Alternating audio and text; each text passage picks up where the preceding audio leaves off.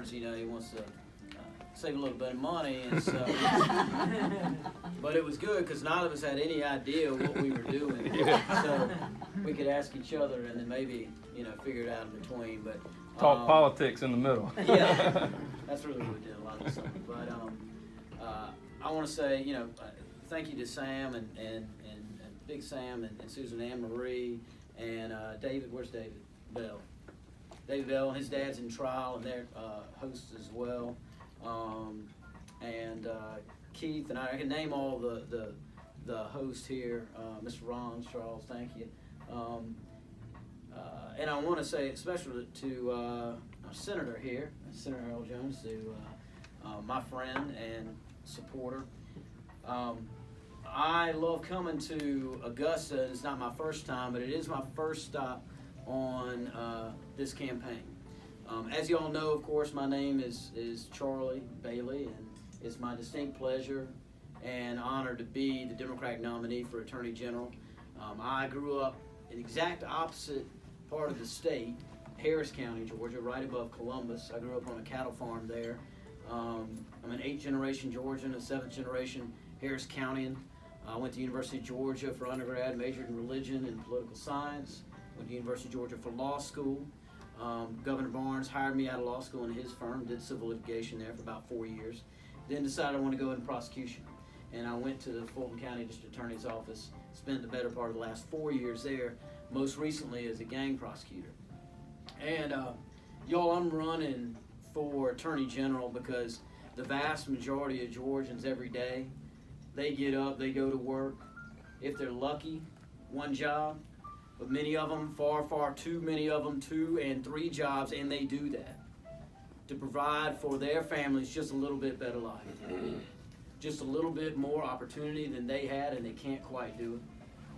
And they can't quite do it because there's powerful forces arrayed against them. And they come in the form of gangs and organized crime. They come in the form of special interests that exploit them. And they come in the form of fat cat politicians that care more about their seat in government and protecting their special interest friends than they do about protecting the people of Georgia. You see, more than any other entity, more than the governor, the legislature, or the U.S. Senate, the Attorney General is supposed to be the one standing in between those people and those forces that would do them harm. You are the sword and the shield of the state. You're a lawyer. Keith, you're supposed to be, right? You're supposed to use the law to protect the people. And then when they are harmed, you're supposed to use that law to get them justice. Now see, my opponent, he's a nice guy. If you met him, you say he's a fairly pleasant individual. I think I'm a pretty nice guy. But unfortunately, that's not a qualification to be Attorney General. And see, it's not like a Senate race or congressional race. He's not going to come out there and say, I'm for organized crime. I'm for human trafficking, Senator. I'm for the opioid epidemic. Okay? But here's the catch. The most urgent question in life is not what you are doing for yourself, but what you are doing for others. And with the great responsibility you are given, what are you doing with your great power? You see, I grew up in the church. And in the church I learned words without deeds, well, they are dead. And so the question is, my opponent, who's appointed to this position as political insider, what are you doing? What are those deeds that the people of Georgia deserve out of their Attorney General? And I'm going to talk about 2 things, because the Attorney General wears that hat, the criminal side, the top prosecutor. They also wear the hat of the top civil lawyer for the people of Georgia. And see, my opponent, he's never prosecuted a case. He's never tried a case. He never argued a motion in front of a judge, John. He hadn't practiced law in 17 years. I'm about to have one coming up in a week. He hadn't practiced law in 17 years. So why in the world should the people of Georgia, for their attorney, the one they've already paid for with their tax dollars, why should they hire an attorney like that?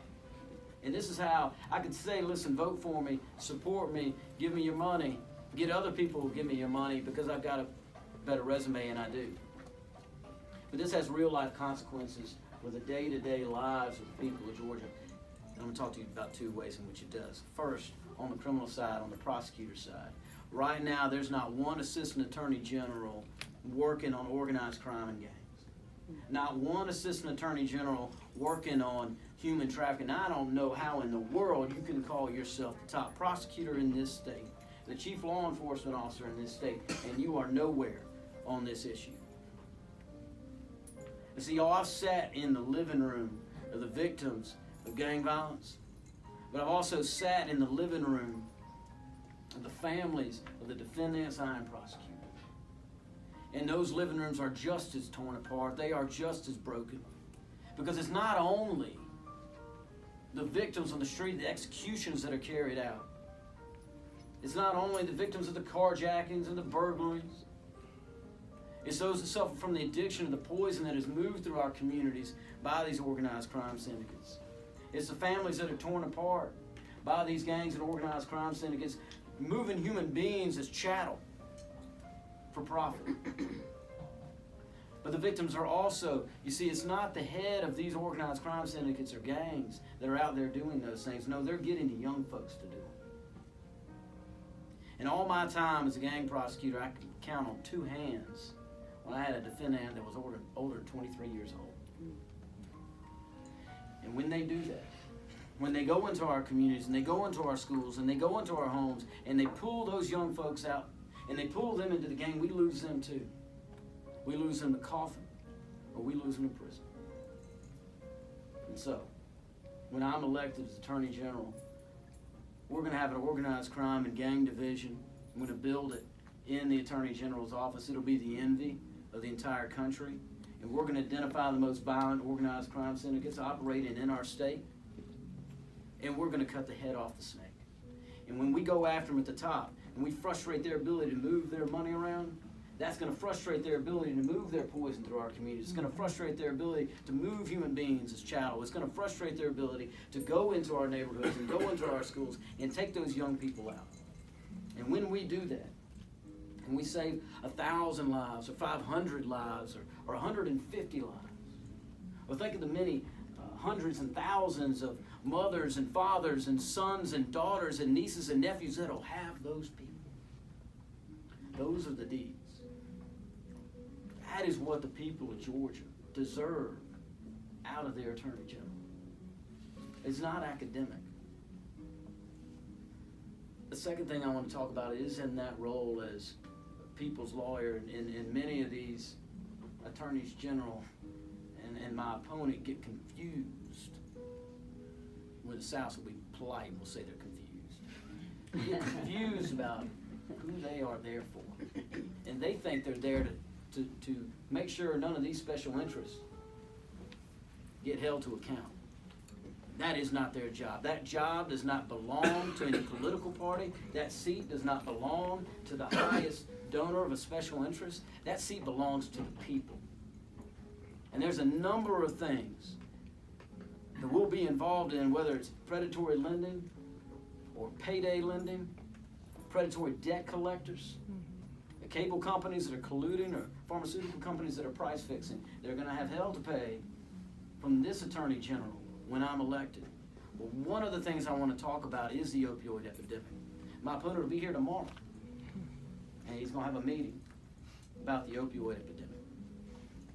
Bureaucrats have meetings. You know what I'm going to do? See, 2.5 decades ago, some pharmaceutical companies, not all, but some of them, they made a calculated decision. They decided to deceptively market opioids to our doctors. And they said, they're not addictive. You have to treat pain. This is the only way to do it. And they knew when they said it, they knew it was a lie. Now, if you're a fancy lawyer, you got to call that a deceptive marketing practice. But in Harris County, we call that a lie. But whatever you call that, they made their decision. They chose their profits over human lives. Well, now we get to make ours. And when you elect me as your Attorney General, I'm going to bring suit against every single pharmaceutical company that deceptively marketed opioids to our doctors. And when we recover the hundreds of millions of dollars that belong to y'all and your families and your neighbors. When we recover those hundreds of millions of dollars, we're going to build treatment facilities around this state. Because God forbid you suffer from an addiction, but Lord, God forbid you suffer from an addiction and you do not have means. Those are the deeds. Those are the deeds that will literally save lives of Georgians. And then think of the many thousands of the same mothers and fathers and sons and daughters and nieces and nephews that will have those people. That is what the people of Georgia deserve out of their attorney general. Those are the deeds that they deserve. Y'all, 50 years ago, we lost Dr. King. That same year, we lost Bobby Kennedy. And the day after Dr. King was murdered in Memphis, Tennessee, Bobby went to Cleveland and he gave a speech. He came to be known the mindless menace of violence. And in that speech, he said, the victims of violence, they are old and they are young, they are black and they are white, they are famous and they are unknown. More than anything, they were human beings.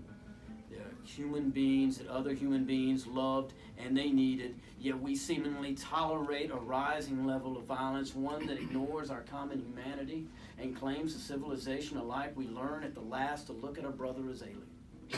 Men with whom we share a city but not a community, men bound to us in common dwelling but not in common effort. We learn only to share a common fear, only a common desire to retreat from one another, only a common impulse to meet disagreement with force.